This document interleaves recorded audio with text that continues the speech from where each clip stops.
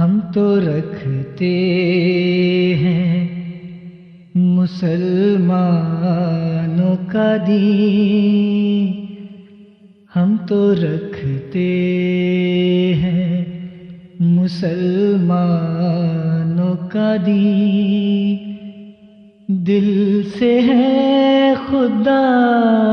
میں ختم المرسلین۔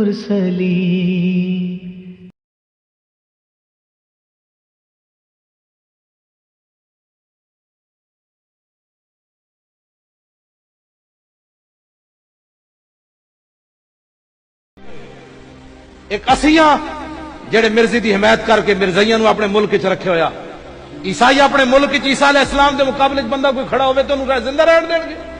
ایک اسیاں جڑے بیٹھے پاکستان وچ امن امن کی بات کر رہے ہو، امن جی ایک ہی بات ہے، اس لیے تو اسلام کو آنے نہیں دیتے اوپر۔ جس دن اسلام آ گیا مرزائیاں دے بارے ایک ہی فیصلہ ہونا ہے، یا کلمہ پڑھو یا گردن لواؤ، اس کے علاوہ اور گل کوئی نہیں۔ پھر منکرین کی قوم نے اپنے رسولوں سے کہا، اچھا توکل کرتے ہو اپنے رب پر، تو تمہارا علاج تو آسان ہے، تم تو ہمارے قبضہ قدرت میں ہو، لَنُخْرِجَنَّكُم مِّنْ أَرْضِنَا، ہم تمہیں اپنے وطن سے نکال دیں گے۔ گویا کہ ان کو وطنیت کے حق سے ہی محروم کر دیا۔ جس زمین میں وہ پلے، جس زمین کا انہوں نے پانی پیا، اس زمین سے رزق حاصل کیا، اسی شہر اسی جگہ کے متوطن تھے وہ لوگ، لیکن تکبر کی انتہا کر دیتی ہے مقابل پر قوم، کہتی ہے ہمارا ملک ہے تمہارا تو نہیں، اور ہم اختیار رکھتے ہیں کہ تمہیں زمین سے نکال دیں۔ اس کا کوئی جواب وہ نہیں دیتے، خاموشی اختیار کرتے،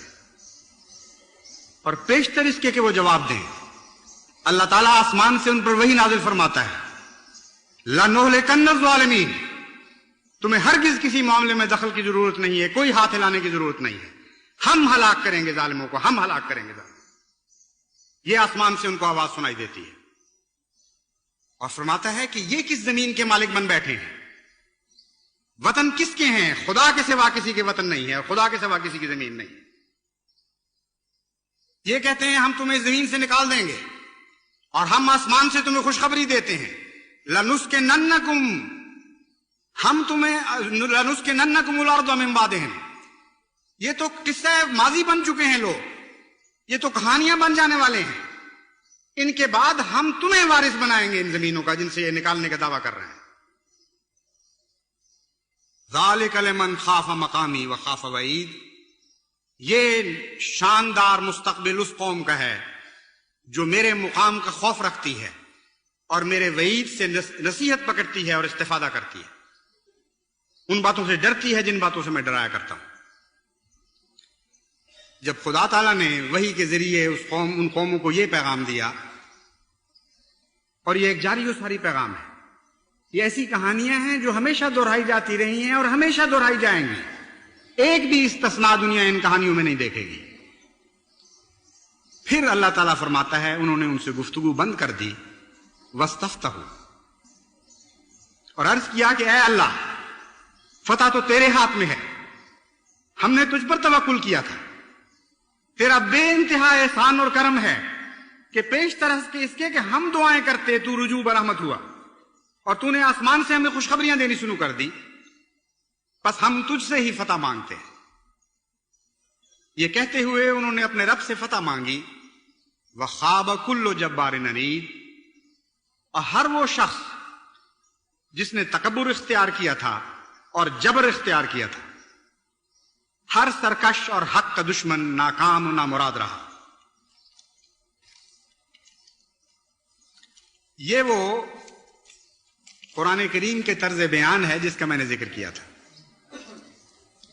کتنا حیرت انگیز نصیحت کا طریق ہے، کیسا پیارا انداز ہے، اور کتنا یقین سے پر ہے، کتنا قطعی ہے، اٹل ہے۔ اس تقدیر میں جو خدا نے بیان کی ہے کوئی تبدیلی نہیں ہوئی اور کوئی تبدیلی نہیں ہو سکتی۔ بس وہ لوگ جو ہمیشہ خدا کے نام پر کھڑے ہوں گے، ان کے لیے ان رستوں کے سوا اور کوئی رستہ نہیں ہے۔ لازماً صبر کرنا پڑے گا، اور لازماً دکھوں کو خدا کی خاطر برداشت کرنا ہوگا،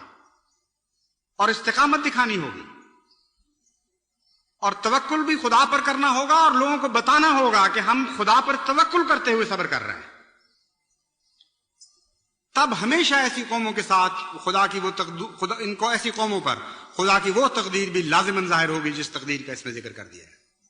اور کوئی دنیا کی طاقت نہیں ہے جو خدا کی راہ میں حائل ہو سکے. جب وہ فیصلہ فرماتا ہے کسی قوم کو فتح دینے کا تو لازماً وہ فتح پاتی ہے، اور جب وہ فیصلہ فرماتا ہے کسی قوم کو ہلاک کرنے کا تو لازماً وہ ہلاک کی جاتی ہے اور قصہ کہانی بنا دی جاتی ہے. Ahmadiyom Samane ke badlo Khuda ke liye ye jahan dil ke badlo Khuda ke liye ye jahan dil ke badlo اٹھو احمدیوں